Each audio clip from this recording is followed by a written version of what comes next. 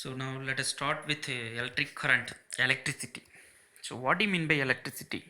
In day-to-day life, we are using electricity in everywhere, from wristwatches, toys, cars, vehicles, all vehicles in our home, the air conditioners, TVs, washing machines, and remote controls, simply laptops, mobile phones. So everywhere we are using the electricity. So what do you mean by electricity? How can it be produced, and how can you understand the electricity? So let us explain now. So simply you consider the water flow. So the you might seen the flow of water in river, or simply in water flow from water tank to water tap in our bathrooms. So simply water can flow from higher place to lower places, that is higher gravitational potential to lower gravitational potential. It cannot flow from lower place to higher places. So in the gravity, due to the gravity, water can flow from higher places to lower places. So the similar way we can explain the electricity. So here electric current can flow from higher potential to lower electric potential.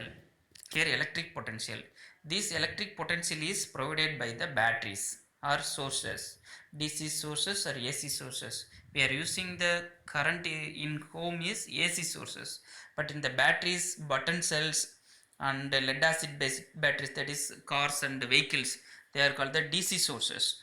So we can, let us see later what is DC and AC. So now how can you understand the electric current? We can see the electric current. Here the battery is connected to a load, that is simply a light, a bulb, or heating element, anything else. So it is called a load. A load is connected to the battery through the conducting wires. So these wires are simply conductors. So the current can flow from, that is electricity can flow from higher potential to lower potential, that is positive terminal to negative terminal of the battery. So the necessary potential difference is provided by this battery, the electrical energy is provided by this battery, and the current flow is like this. So how can you understand the current? So what is actually doing inside the wire? So let us see. So inside the conductor there are so many charges, positive and negative charges. So current means simply the flow of charge, that is net flow of charge through any cross section of the conductor in 1 second. So it is defined like that. So we can write I equal to Q by T, that is the net flow of charge per second is called current. So I equal to Q by T. So the unit will be, for the charge unit will be coulomb, and for time second. So the current unit is coulomb per second, but according to SI unit, the unit will be expressed as ampere. So ampere. So 1 ampere current means if 1 coulomb charge passes through 1 second through the material is called 1 ampere current. So we can write I equal to Q by T, and the direction is, the direction of the current is in the direction of the electric field, that is from positive potential to negative potential. But the direction of the electron is negative to positive, which is opposite to the electric current. So this is the conventional direction of the electric current, positive to negative. So in general it is considered, but in the case of metals, the good conductors, the positive charges cannot move. They are these positive charges are fixed, these atoms are fixed, only free electrons can move. So free electrons are the current carriers in the solid materials. So due to the large number of free electrons, which causes the electric current.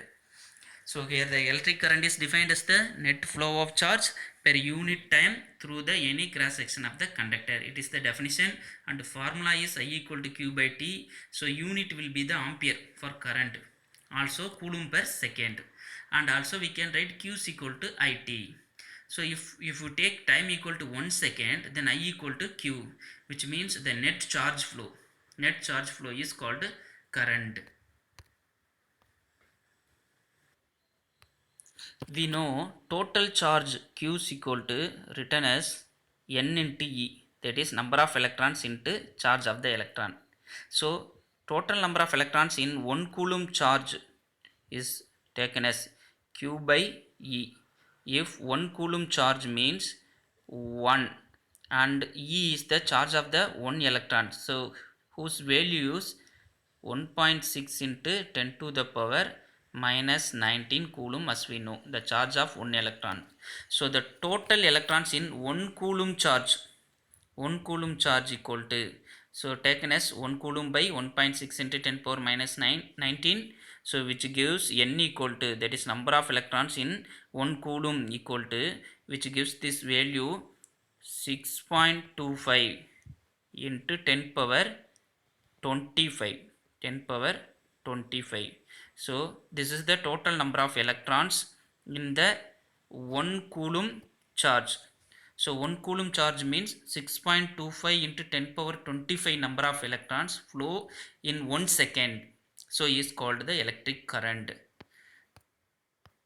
So in metals, 1 coulomb, sorry, 1 ampere current means 6.25 into 10 power 80 number of electrons moving in 1 second, which causes the 1 ampere current. 1 ampere current. So this is very very important, and these formulas we should remind. And current is a scalar quantity. If even if it has direction, it is considered as a scalar quantity, not a vector quantity, because it does not obey the vector law of addition.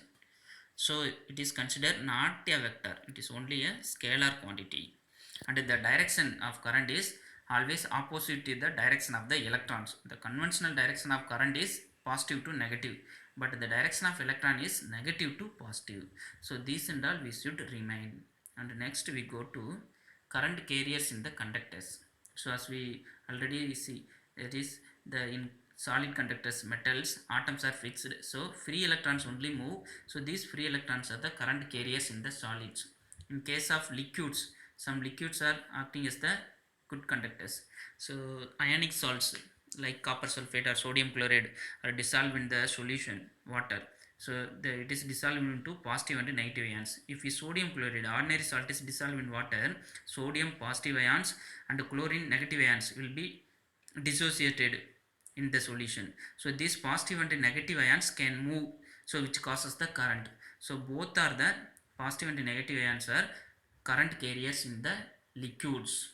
In the case of gases, normally gases are insulators, but in the some conditions such that at high electric field potential difference and very low pressure, actually it is in vacuum tube.